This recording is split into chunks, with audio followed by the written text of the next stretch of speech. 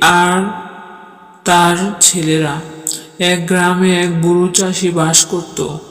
এই চাষির ছিল দুটি অলস ছেলে। ছেলে দুটি কোনো কাজকর্মই করতো না। বুড়ো চাষি অনেক চেষ্টা করেও তাদের কাজকর্ম শেখাতে পারেনি। মরার আগে চাষি তার দুই ছেলেকে ডেকে বলল, আমার যা কিছু আছে তা সবই আমাদের আঙ্গুর বাগিচায় রয়েছে।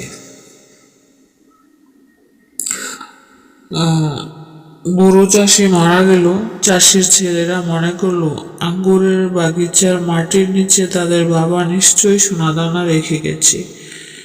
গাছে অন্যরা চুরি করে নিয়ে যাবে, তাই তারা দুই ভাই বাগিচার মাটি কুপাতে লাগলো।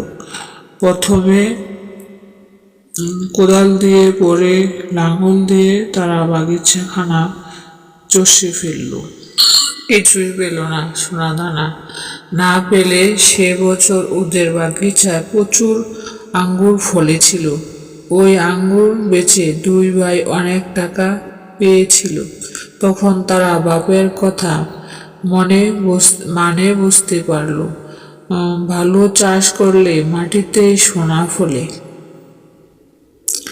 নীতিকথা, পরিশ্রম উন্নতির মূল মন্ত্র।